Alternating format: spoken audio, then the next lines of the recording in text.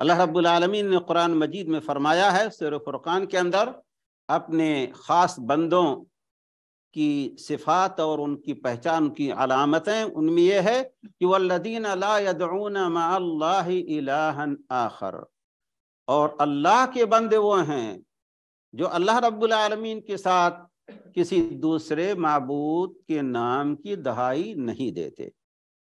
اللہ رب العالمین نے سورہ فاطر کے اندر فرمایا والذین تدعون من دونہ ما یملکون من قطمیر ان تدعوہم لا يسمعوا دعاءکم ولو سمعوا ما استجابوا لکم ویوم القیامة یکفر بشرککم ولا ينبئک مثل خبیر۔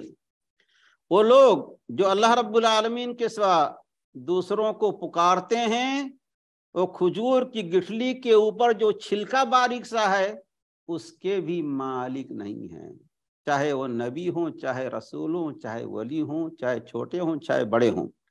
اللہ رب العالمین نے فرمایا اگر یہ انہیں پکاریں تو یہ ان کی پکار کو، دعا کو سنیں گے ہی نہیں، اور اگر سن بھی لیں تو جواب دینے اور قبول کرنے کی ان کے اندر طاقت نہیں ہے۔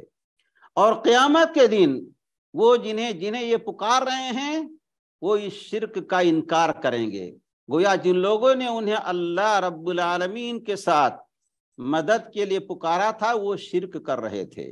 تو قیامت کے دن وہ لوگ جن کو پکارا گیا ہے اس شرک کا انکار کریں گے، وَلَا يُنَبِّئُكَ مِثْلُ خبیر، اور یہ بات اللہ رب العالمین جو خبیر و دانا ہے اس سے بہتر کوئی تمہیں بتا نہیں سکتا۔ اللہ رب العالمین نے سورہ حج کے اندر فرمایا ان الذین تدعون من دون اللہ لن يخلقوا ذبابا ولو اجتمعوا له وان يسلبهم الذباب شيئا لا يستنقذوه من ضعف الطالب والمطلوب۔ جنہیں تم اللہ کے سوا پکارتے ہو، بعض لوگ کہتے ہیں اس سے مراد دیوی دیوتا اور یہ قبریں ہیں، یہ سب غلط ہے۔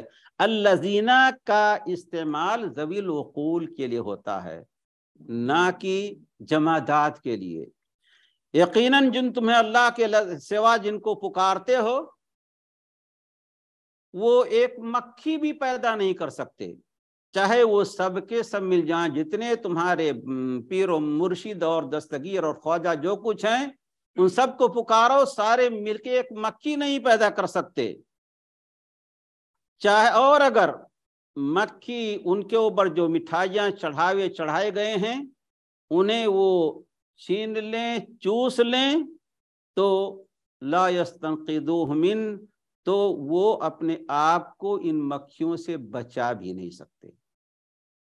اللہ رب العالمین نے فرمایا ضعف الطالب والمطلوب، یہ مانگنے والا اور جس سے مانگا جا رہا ہے دونوں کے دونوں ضعیف اور کمزور ہیں۔ اللہ رب العالمین نے رسول اللہ صلی اللہ علیہ وسلم کی زبان سے کہلوایا، سورہ جن کی آیت ہے قل انی لا املک لکم ضرا ولا رشدا، اے لوگو میں تمہارے نفع نقصان کا مالک نہیں۔ اور بخاری شریف کی وہ مشہور حدیث ہے جس کے اندر اللہ رب العالمین نے اپنے خاندان قریش کو جمع کیا تھا، یا کعب ابن لوئی یا فلاں، اور پھر آخر میں کہا تھا میری بیٹی فاطمہ تم مجھ سے میرا جو مال مانگنا ہو مانگ لو، میں قیامت کے دن کے تیرے کام آنے والا نہیں۔ اے صفیہ، اللہ کے رسول علیہ السلام کی پھوپھی، میں قیامت کے دن تیرے کام آنے والا نہیں ہوں۔ یہ رسول اللہ صلی اللہ علیہ وسلم کی زبان سے اللہ رب العالمین نے بھی کہلوایا، اور رسول اللہ صلی اللہ علیہ وسلم نے پھر اس کی تاکید بھی فرمائی۔ اور دعا یہ دراصل عبادت ہے۔ اللہ کے رسول علیہ السلام کا فرمان ہے الدعاء هو العبادہ۔ مسند احمد، سنن ترمذی اور طبرانی کبیر وغیرہ کے اندر روایت ہے، اللہ کے رسول علیہ السلام نے فرمایا الدعاء هو العبادہ، دعا یہ سراپا عبادت ہے۔ پھر رسول اللہ صلی اللہ علیہ وسلم نے یہ حدیث پڑھی، حدیث کے راوی نعمان بن بشیر رضی اللہ تعالیٰ عنہ، پھر اللہ کے رسول علیہ السلام نے یہ آیت پڑھی ادعونی استجب لکم، اے لوگو مجھے پکارو، مجھ سے مانگو اللہ رب العالمین سے، میں تمہاری مراد پوری کرنے والا ہوں، پوری کروں گا۔